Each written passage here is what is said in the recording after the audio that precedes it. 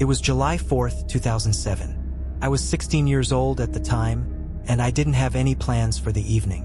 My older sister, Alicia, who was 9 years older than me, was heading to a big party upstate. I think it was called the Rockaway Bomb Show, a wild event where a bunch of young adults who had just graduated college would gather to drink and go crazy. When I mentioned to my sister that I had nothing to do, I was surprised when she invited me to come along with her and her boyfriend, Alex. Now, being a shy kid, I wasn't the type to attend wild parties full of strangers. Maybe Alicia wanted to help me break out of my shell, but I felt completely out of place at the idea of going to a party with a bunch of 20-somethings. Still, after a lot of convincing, she managed to guilt-trip me into joining them. She said we'd have to stay overnight at a motel near the party, so I packed a small bag. Within 2 hours, I heard Alicia's car horn honking outside, signaling that it was time to leave. The drive to the party was long, almost 4 hours. By the time we arrived, the sky had already started to turn a bright orange as the sun began to set. We pulled onto a sketchy-looking road with a handmade sign that read, "Fireworks show this way." As we drove down the road, I rolled down my window and could already hear the distant noise of a huge crowd. When we passed through the tree line and into a large clearing, I saw a big portable stage, several scattered tables, and a food and drink bar. People, mostly in their early 20s, were milling about everywhere, holding beers or other alcoholic drinks. My stomach tightened as my social anxiety started kicking in. Alicia parked the car on the grass. There wasn't really a parking lot, so it was just a chaotic free-for-all. I followed her and Alex into the crowd, and almost immediately, they bumped into some of their friends who already seemed tipsy, if not outright drunk. They introduced me to their group, and we made small talk for a while. Eventually, Alicia handed me a beer. Nervous but not wanting to seem like a complete outsider, I accepted it. As soon as I took a sip, though, I felt eyes on me. People were giving me strange looks, and I started to panic. What if someone asked how old I was? I clung to Alicia and Alex for the next 15 minutes, but soon enough they drifted away, each of them getting lost in conversation with other people. Suddenly, I found myself alone, just a 16-year-old kid standing awkwardly in the middle of hundreds of college students. Everyone seemed to be laughing and enjoying themselves, while I stood there clutching a beer I didn't even want. Then, out of nowhere, I felt a hand on my shoulder. I turned around, expecting to see Alex or Alicia, but instead, I was face to face with some older man. He looked completely out of place, like really old. He must have been in his 40s or 50s with a balding head and glasses. Honestly, he gave me creepy priest vibes. Without saying much, he reached out and took the beer from my hand. Then, in a stern voice, he asked, "How old are you?" My heart sank, and I froze.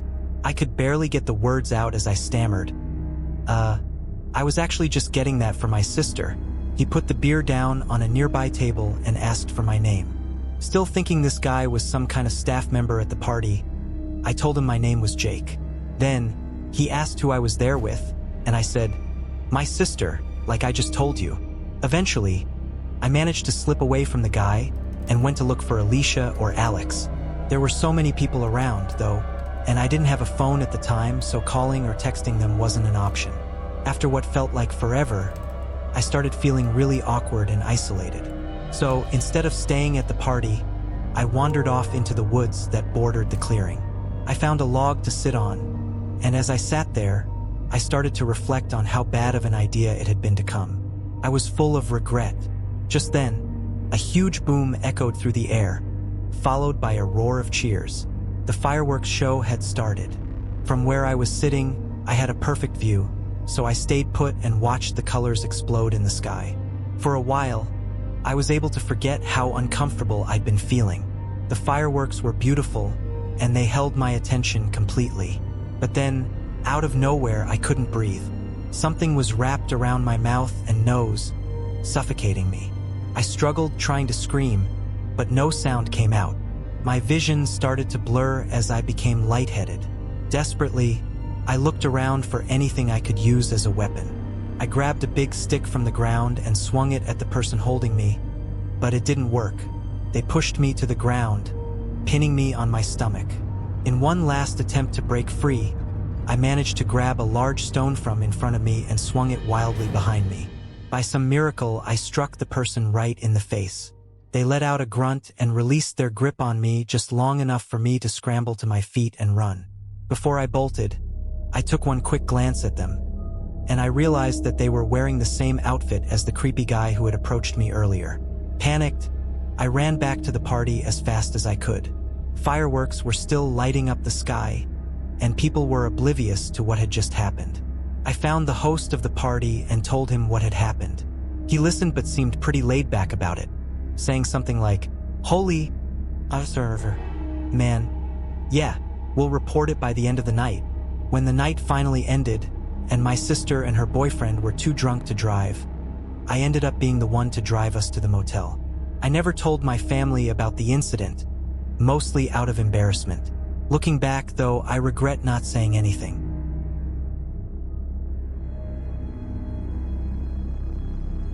My name is Ivan, and I'm 15 years old. What I'm about to tell you is, without a doubt, the scariest thing that has ever happened to me. It was the 4th of July in 2015, a day I'll never forget. I live in a quiet neighborhood, the kind where nothing much happens. It's usually peaceful, with the occasional sound of kids playing outside or neighbors chatting on their porches. But on this night, everything changed.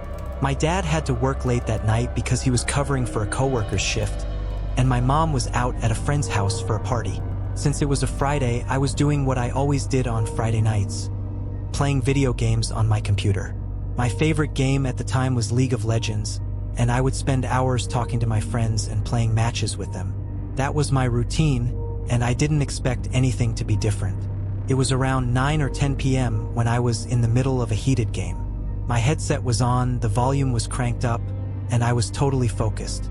But then, out of nowhere, I heard a loud noise, like a window slamming shut or something falling. At first, I thought it might be our broken dishwasher acting up again. The thing was old and made a lot of noise, so I didn't pay much attention to it. I shrugged it off, turned up the volume on my headset, and went back to playing. But the noise didn't stop. In fact, it got louder, and I could still hear it even with my headset on. At this point, I started to feel uneasy. I paused my game, told my friends to hang on for a minute, and went to check it out.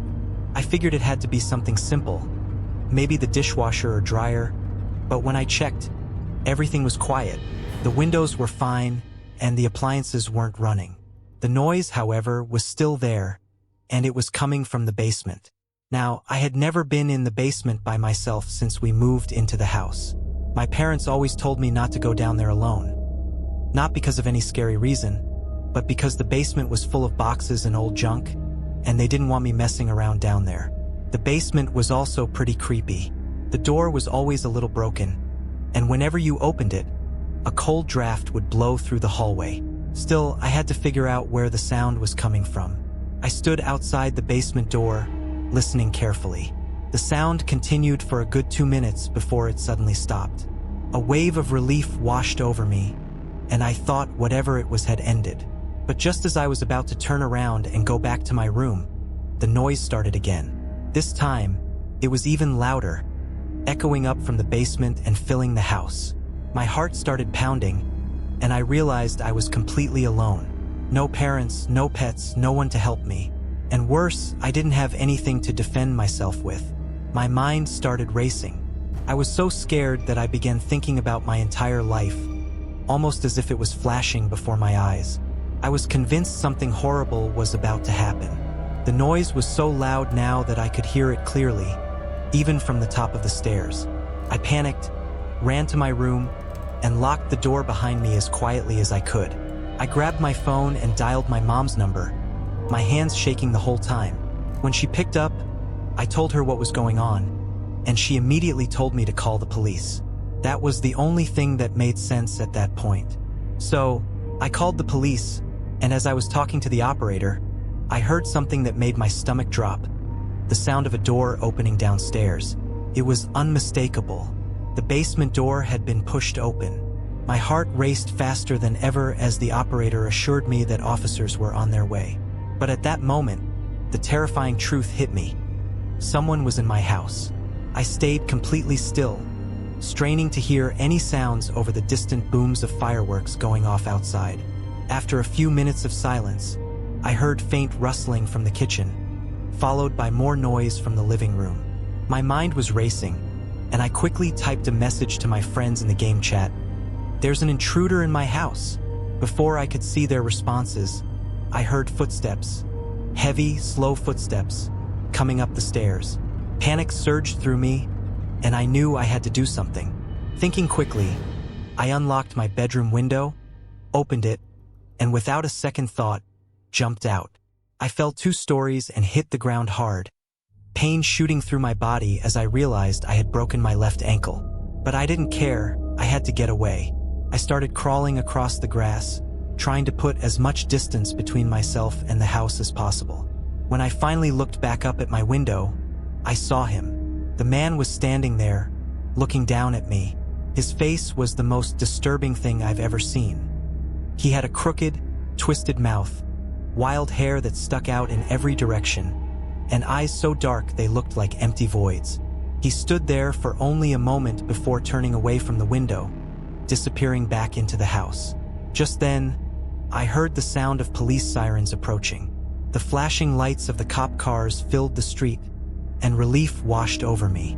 The officers quickly entered the house and, after what felt like an eternity, emerged with the man in handcuffs.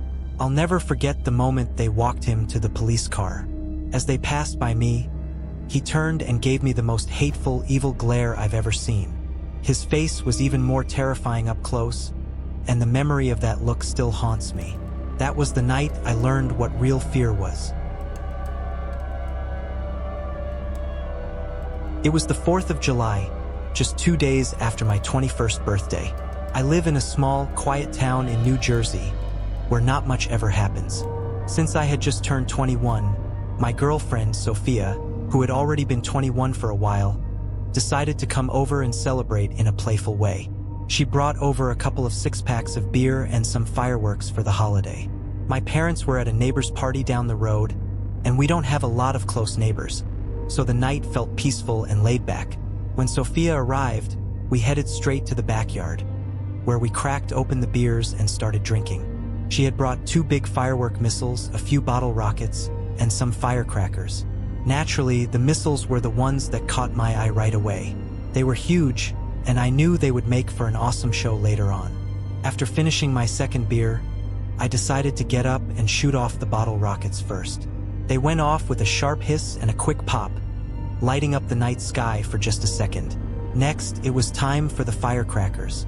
I lit them up, and they crackled loudly, filling the air with that distinct, fiery scent. But right as the last firecracker exploded, something strange caught my attention. From across the yard, I noticed that the garage door was wide open. Confused, I told Sophia I'd be right back and made my way across the yard to check it out. I turned on the light and stepped inside the garage, and immediately, I knew something was wrong. Every single drawer, every cabinet, every closet door was open. My stomach dropped. It looked like someone had broken in. The first thing I did was call my dad. When he picked up, I told him what I'd found. His reaction was exactly what I expected. "Are you serious?" "Oh, what did they take?" I didn't know what, if anything, had been stolen, so I told him, "I'm not sure yet." "All right, hang tight. I'll be home in a minute," he said. My dad was at the neighbor's party down the road, so he said he'd leave and come home to check it out. I walked back to the deck, feeling uneasy, and told Sophia what I'd found. She was just as shocked as I was and decided to go check the garage out for herself. When she came back, we sat there on the deck, staring out into the quiet night, waiting for my dad to arrive. After a few minutes, I got tired of waiting and decided to shoot off the big firework missiles. I couldn't wait any longer. It was the 4th of July after all, and I wanted to make the most of it. Sophia encouraged me, telling me to go ahead and set them off. I lit the first missile and it shot up into the sky with a loud whoosh. When it exploded, it lit up the entire backyard in a bright flash, casting long shadows across the trees and grass. It was incredible. I couldn't help but smile and thank Sophia again for bringing the fireworks. Then I lit the second missile. As the fuse burned down, I could feel the excitement building again. But just as the rocket shot into the sky, we both heard something. A loud snap, like a branch breaking underfoot. It came from the woods behind the house. Both of us whipped our heads in that direction, and in the brief flash of light from the exploding missile, we saw something, or rather someone, standing there just beyond the tree line watching us. We both screamed at the same time, just as the fireworks echo faded. The figure stood there for only a second, but it was enough to send a chill down my spine.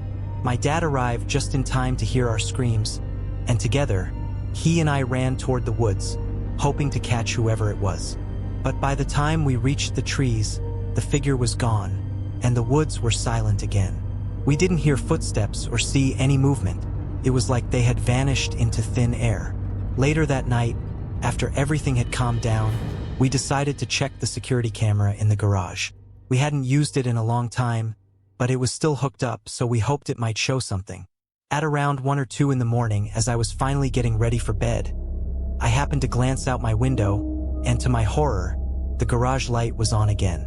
I woke my dad up, and we both rushed outside to check it out. When we stepped inside the garage, the scene was even worse than before. This time, the entire place was trashed. Tools and boxes were scattered everywhere, and some of my dad's most expensive equipment was missing. It looked like whoever had broken in had come back while we were sleeping. We hurried back inside to check the security footage, hoping it would give us some clue as to who the intruder was. But what we saw on the footage only made things creepier. At the exact moment the lights had turned on, the camera's view had been blocked by something. At first, we couldn't figure out what it was, but then it hit us. It was a piece of paper. Someone had deliberately covered the camera. My dad and I ran back to the garage to see what had been used to block the lens.